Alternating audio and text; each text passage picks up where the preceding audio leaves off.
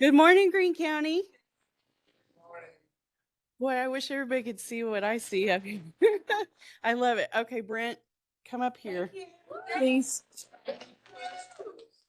Brent, our assessor needs to come up and show off his stats for the. Wow. This is awesome. So you gotta get our money here on this. Now do that dance for me. Thank you very much. Thank you for being a good sport. You know, the one day a year that us adults get to be fun. You know, it's fun. It's fun every day. Well, that is true. That is true. Well, good morning, everybody. We have a special treat for you this morning. We have our folks from the jail K-9 division that came over to see us this morning, and they brought one of their dogs with them. Hello, right? Yeah. Okay. Paula's going to come say hi here in a minute, but I want to introduce Sergeant Janet Smith, and she's going to come over and kind of talk about their team, what the division does, and then tell you what the procedure is on how you can touch the dog later. Come on. Good morning, everyone. Good morning. I'm Sergeant Janet Smith. We just started our jail K-9 division early this year. We were searching for canines probably back in October. It took us quite a while to find all 4 of them. We have 2 lab mixes and 2 shepherds. And one of them we actually got from Licking, Missouri, at the prison up there, at the prison and parolees program that they have up there. I'm going to introduce our K-9, 2 of our K-9 officers, Officer Wallace and Officer Cameron. He is Apollo's handler. You guys want to come up and tell them exactly what you guys do at the jail?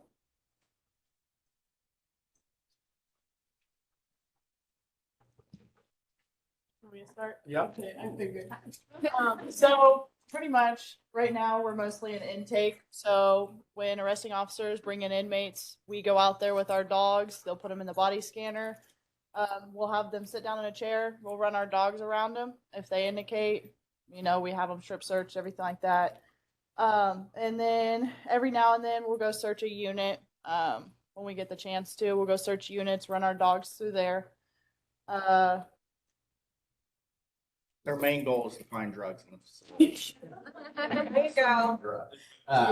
Yeah. This program started with Sheriff Arnott doing a tour of a prison or of a jail, and he saw that they had K-9s and he really liked the idea of it. So he started the process of finding us dogs and learning about it. And like Sergeant Smith said, it was a long process of finding 4 dogs that were able to do this, but we were very fortunate. I think we looked at over 90 dogs to find our 4. They were all rescue, so none of them have previous police experience. Would have made this a lot easier, but we also got to help out 4 dogs as well, which was awesome. They went through an 8-week camp to learn about drugs and how to find them and everything else, and they did great. And here we are. We did good too. We did okay. The dogs did most of the work, but Yeah. they are doing great. We've already found more than we would have liked to inside of the jail. They're doing more and more stuff to keep it out, and so are we. And we're coming up with other plans to kind of keep it out. But the inmates are definitely aware that we have K-9 searching, and it seems to have really started to be a big deterrent for them. And even people out on the streets are hearing about the dogs before they come into the jail, which is a very good thing. So it's definitely starting to work after only 4 months so far inside the jail. So 4 months. So it's definitely starting to work. As the inmates see the dogs come through, though, they're starting to try to get more creative, and they're not realizing that the dogs are able to still find it with their creativity. So one of the big questions we get is, what can these dogs find? So they're trained on 5 different things. They're trained on fentanyl, cocaine, heroin, meth, and marijuana. Because while marijuana may be legal on the street, it's not inside the jail. So they are trained on marijuana as well. They are just as good on any other drug as other. So those are the 5 drugs that they find. And sometimes they even find snacks. So I'm excited about that as well. Yeah. How old is Apollo? Apollo is 18 months. When we got him, I got him in March, and his birthday was 2 days after I got him, which was pretty cool. So yeah, he's 18 months right now. I think our oldest dog is Batman, He's who's 2 years old. well, he's about to be 3, I think. So Do they go with you at night? they do, yep. So they have several different homes inside of our home. They have a ginormous hotel-like kennel that they put in our yard. It has like a doghouse attached to it, but it's ginormous. And then for colder weather, we put them inside in an indoor kennel. So, but they go wherever we go. So we have them 24 hours a day. So You have to do a certain amount of training per week or not?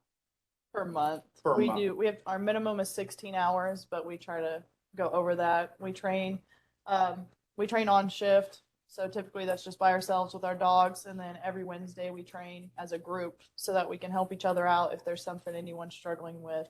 typically, no matter what, they're getting 32 hours a week of training. So, or 32 hours a month of training, but usually it's more around 40. So pretty excessive amount actually. But with these dogs, they were not raised to be police dogs. So, you know, the more training they get, the better they get, and they're doing really great.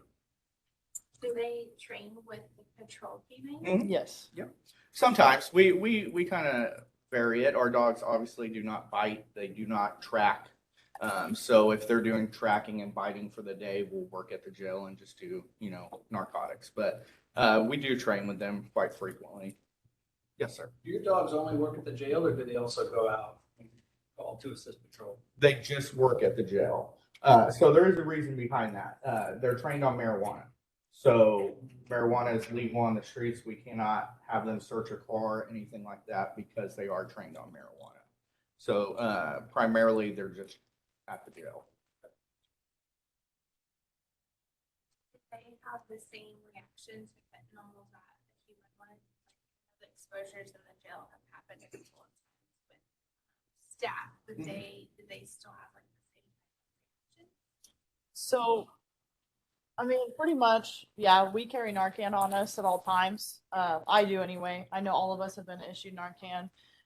If our dogs get into drugs, we immediately have to take them to the vet. Like, we don't have a choice. It can kill them.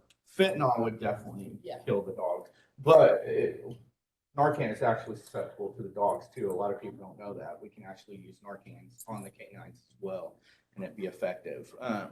But we try not to put our dogs in situations, and you know, throughout training, we learn that kind of stuff. We don't search open powder or anything like that. You know, can our dog go underneath a bunk and sniff something? Absolutely.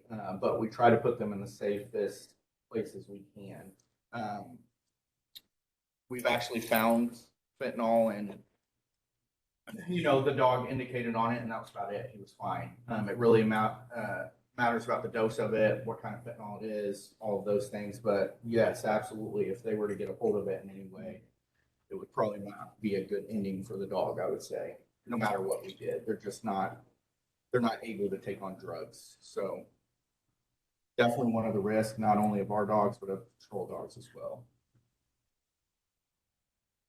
When people are trying to sneak controlled substances into the jail, you know, obviously they're gonna put them in some sort of a plastic bag or something like that. Are there special bags that they use that the dogs are not gonna pick up the sniff from, or can they pretty much smell it through any type of container, or you know, whatever the powders are enclosed and sealed? I'll put it to you this way. Apollo indicated on marijuana. I think it was marijuana that was found inside of the jail. It was in a sealed bag, like a police sealed bag in a locker, and he still indicated on it. So that's part of Phil Yarnell, who's our dog trainer. He is spectacular with these dogs and with us, and they are trained on every aspect. We have easy finds, which is kind of what you start out with, and then you get to really hard finds, which is stuff like that. Are they going to be perfect? No. Yes, he indicated on that, but if it was maybe cocaine, would he have been able to get that odor? We'd like to think so, but I'm sure there's unfortunately stuff that we've missed. I mean, like I said, they're not perfect, but for the most part, these dogs can pretty much get anything you're going to throw at them. Yes, ma'am. The dog indicates, what does that mean? They sit, they look at it, what do they do to show you they? So my dog's different so his dog will sit. The other two dogs will also kind of sit. Mine will not sit. He will actually go into a pointing stance, so he'll just stare at it. Sometimes he'll sit every now and then, but most of his are pointing. And it's just pretty much them telling us, like, hey, this is where the odor is. So they don't have to get right up to it. To smell it, if they smell it, they're going to indicate wherever they are. So not necessarily, but if they're catching odor right there, then most of the time the dog is going to take a step back, especially Apollo. He'll take a step back and he'll sit and he'll stare. Mm-hmm. The hardest part of our job is knowing when our dogs want a toy and when they're actually finding something. And as a handler, it's something that you work a long time on figuring out. Yeah. I know that Apollo, if he is staring and he is sitting, I can literally pet him, I can talk to him, and he's not going to turn around if he's on something. And if he sits and I go, Apollo, and hey, what's up? He wants his toy and he's not actually indicating on something. So it's a very difficult part of our job. And that's why we don't actually do the searching. So when our dog indicates, we move on and another officer will search. And that's why we have them search, because these dogs are not perfect. They're getting there, but no. But yeah, that is a very difficult aspect of our job. And same with patrol, knowing when your dog is telling you the truth. Think of them as kids. They're lies and toys. So you got to figure out as a parent what they're trying to tell you. You had a question? So is that the reward? Is it toy? Mm-hmm.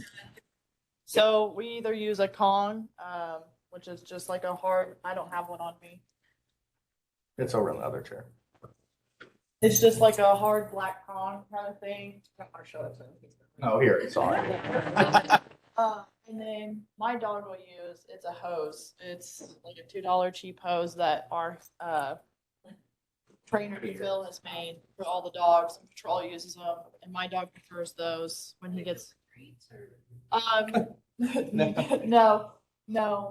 So with mine, I can fill it up with the drug odor itself. So it's just like t-shirt material that sits in with the drugs, and I'll put it inside the hose, and then you'll put duct tape on the end of it, and it's the best kind of toy to that dog. I don't know why, but he's constantly getting, when he plays with it, he's constantly getting drug odor as he's playing. So it's just one other way to help train with him. We have one dog, Luca, who won't take a Kong. He won't take a hose. He likes this specific weird rope thing. Yeah. It's just whatever gets them motivated to search. I mean, a lot of people don't realize the dogs aren't actually looking for drugs. They're looking for a toy. So that's how we train them to do. They know the odors, but they think the odors are toys. So that's what they're searching for the whole time. So whenever they get their toy, as you just saw, that is all he's focused on now, because that's his whole thing is the hunt for that toy. So It's a game. Yep. It's their game. Is it something that happens to them psychologically with the drug? I believe it's a game. It's a I mean, to them, it's kind of a game. They want to find their toy, and they know that the odor pays them. They know that the odor rewards them with a toy. So I think it's definitely, like you said, a little psychological too. I mean, especially for an 8-week period, that's all these dogs do every day is search for this odor. So I think it can be a little bit of both. You gotta stop hitting me. How long is their career? How long do these dogs? That's unknown. I mean, honestly, this is not a national wide thing where a bunch of jails have dogs. This is, I think you said you found one. I mean, I know that there's more than one, but I would say, maybe 2 or 3% of the nation's jails have dogs in them. So I think this is a very new thing. So we're kind of unsure on that. I think Phil said he would like 8 or 9 years if possible. Definitely less than a patrol dog, or more than a patrol dog, but hopefully we can get 8 to 10 years out of them, and then they get to go retire on a farm somewhere. With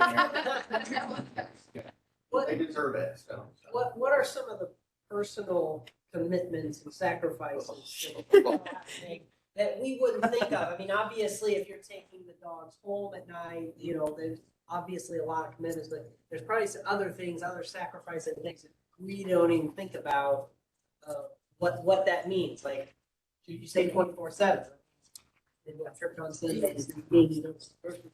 No, so when the dogs live with us, I mean, we take care of them like a normal pet, like at home. They're still a tool for work. I know that it is a commitment, a big commitment. Going to training for the 6 to 8 weeks that we went, we were getting up every day, going to work, going to training, coming home.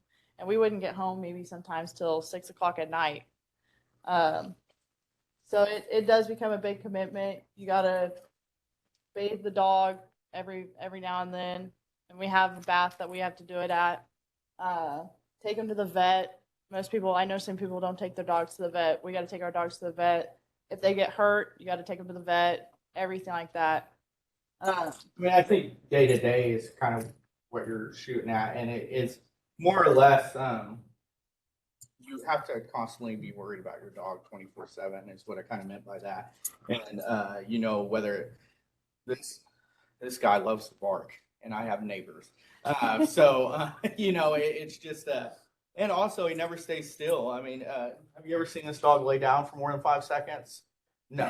So, for my dog, especially, he's a Weimaraner Lab. He is amped up 100% of the time, and there's not much of a break in there. He hates being outside, and if I put him outside, he'll sit there at my door and just stare in and make me feel bad, and then try to let him inside every now and then. But he loves to run, and I have small children, and he likes to knock them over, so then he has to go back outside, and it's kind of there's days where it's definitely hard.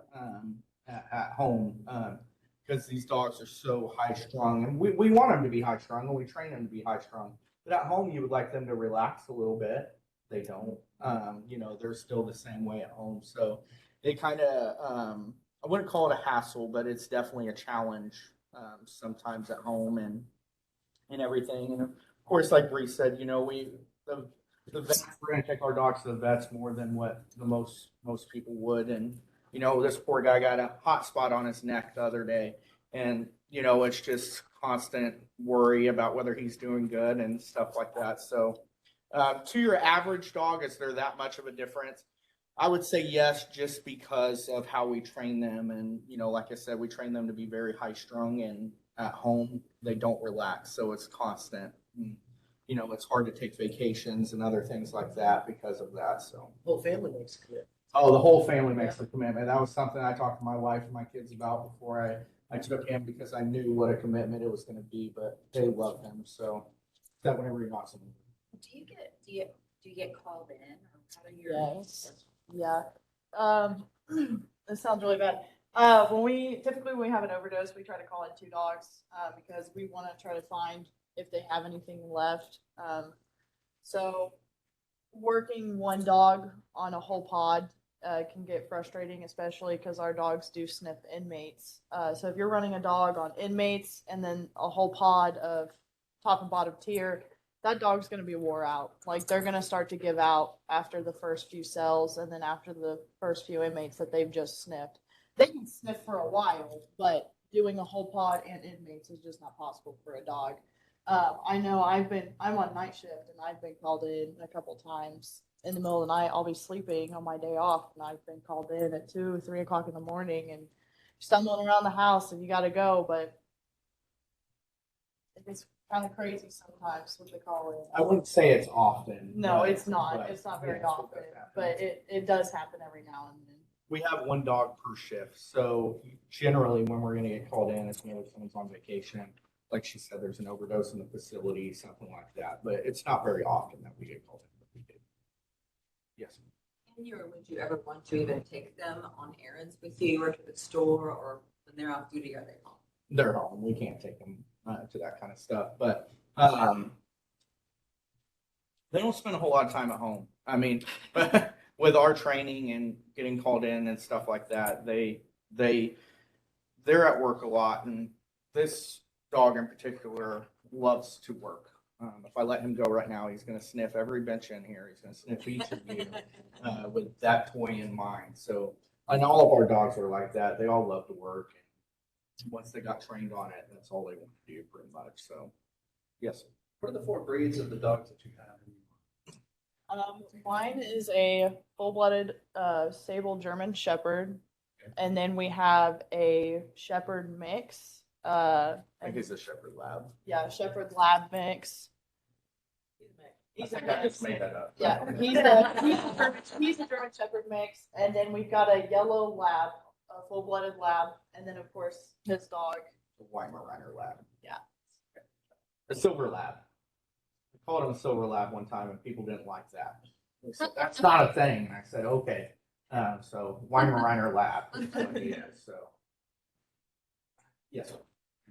So the dogs are trained with you for the most part, or hers with her. You have to take them home at night. You have family. How do you keep them trained to mainly you and not be connected with your family if you take them and do everything with them? It's a really good question. So No, sorry. No, go ahead. I know for me, I have a personal German Shepherd, and my dog's trained in German, and so is my working dog. So for me, they both listen to me, but my dog is more attached to me than he is like my boyfriend or anything like that. He'll listen to me before he does anybody else. And I think that's just because we spend so much time together between working, training, and I think it's just kind of a bonding connection that they kind of develop. And they've worked with us for so long that it doesn't matter, you know. I'm not trying to be personal, No, but no, how no. long have you been with your boyfriend? 2 years. So have you had the dog the whole time? No, we have not. So for me, I think it's kind of the same thing she just said. The dogs become so bonded to you throughout camp and everything else. There's that natural even attraction at home, I think.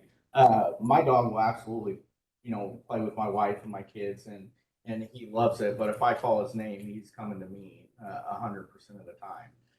So I do think there is a personal connection there, but with my wife and my kids. But he's also a work dog. He's not a pet, and that's something that I've explained to my wife and my kids. So we have 2 other dogs, and they definitely don't treat him like the 2 other dogs, and that's for a reason, because of that connection and because of that relationship. I know it sounds crappy, but you really can't treat them as if they're your pets, because they will stop working if you do that. So that's kind of a fine line on how to handle that. But for the most part, like I said, if I call his name, he's going to come to me 100% of the time. And when my wife yells at me, he doesn't like it. So, Do they get along with your personal pets? no, No. mine does. Mine actually, so my German Shepherd at home, he's 5 years old, so he's a little older. And then my work dog is a year and a half, and they love each other. My work dog will try to lay on the floor and try to snuggle with our personal dog. And our older boy is not about the puppy thing. So he kind of, he'll move away and just can't get away from it. But they get along. They love to run around the house, play together. And sometimes having 2 big dogs in the house is not always the greatest thing. But And I have 2 small dogs, and they bully him. A police dog. They bully him. It's not that he doesn't like them; it's that they do not like him. So,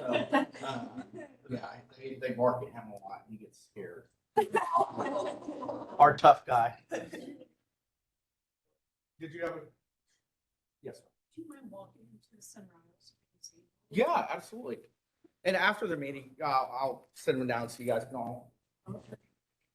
Got any drugs on you, Chad? Yes.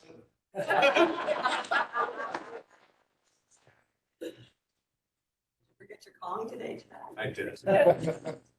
But he is very friendly. He will not bite. He will not anything. So after the meeting is over, I'll stick behind and you guys are more than welcome to come up and pet him and play with him and give him a call. He love it. So what's your dog's name? It's great. Yeah. You know, question, yes. Is yours also trained in a foreign language? So yes and no. So he's a hick. So we had to go to English a lot, but like we use some German with him, like sits, which means sits, foos, los, drop and stuff like that. He likes it when I speak English to him. Though. I'm sorry, I missed something. David can speak German. Oh, okay. So yeah, he would probably do better with my dog than I do. Yeah, like her dog is like strictly German and he responds and every now and then when I tell him Los, he looks at me like I'm pretty dumb. So I go to English a lot with him. But he does okay with German. But mainly we stick to English with him. And every dog is different. Our other lab is another one. I think Charlton mainly does English with him, and I then think he's full English. our other shepherd is mostly German. So yeah. I wondered if German is the most common dog training language. I've heard of it a lot. I can't think of the other language, but it's German Czech. and Czech are like the two most common. Most of the police dogs that you'll see are Czech or German dogs. So and those dogs are literally birthed to do one thing and one thing alone. And so they grow up like that. This dude lived on a farm for like 9 months chasing rabbits. So, but he's a good dog. Any other questions? Yes, ma'am. How many of those do you have to like go through before you find that will I don't know, Paula, you want to talk to him? work?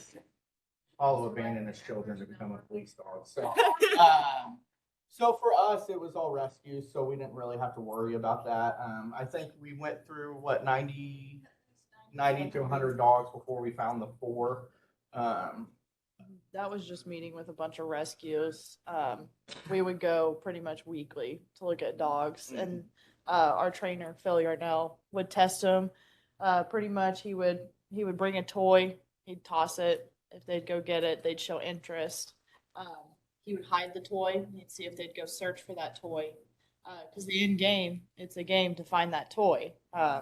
So if they were interested in what he was doing, we kind of took them, and he would take them and kind of run them through a little more testing at his house with like an obstacle course and everything like that. And if they showed interest, we took them. And that was really hard for us because some of those dogs were really stinking cute. And we're like, just take them, just take them. He's like, no, we won't search for anything. It was a tough process, especially for her. She was more that dog's cute than anyone else. But yeah, Horrible sergeant for these dogs because they come straight to my office and they know where the treats are kept. That's the only reason they love it definitely was a very tedious process finding the dogs, but it was also really good for us as handlers because we got to see what Phil was really looking for in a dog. And at first we didn't generally get it. And we're like, this dog is beautiful. Let's get it. You can just train it. And he's like, no, that's not the way that works. But it was a really good process for us to watch. By the end of it, within 10 seconds of a dog coming in the room, we'd be like, yeah, this dog's not going to work. And that was definitely not the case at first. And it's really what Phil was looking for, like she said, was a drive and energy were the two big things that, because you can train a dog like that, but if a dog came open and was scared maybe of us, was very timid, we wouldn't be able to accept them for the program because of how much they were going to have thrown at them. But the 4 dogs we have, we're definitely excited to be searching for stuff. So we got very fortunate. We didn't have to look at 200 or 300 dogs because really, we had no idea how long this process was going to take. It could have taken 6 months to a year, which is about what it took, or it could have taken 3 to 4 years. You know, like we had no idea how long the process was actually going to take. So for them to find dogs and for Phil and us to train them in less than a year was pretty impressive feat for us. So we were really excited about that. Thank you. This morning, everybody.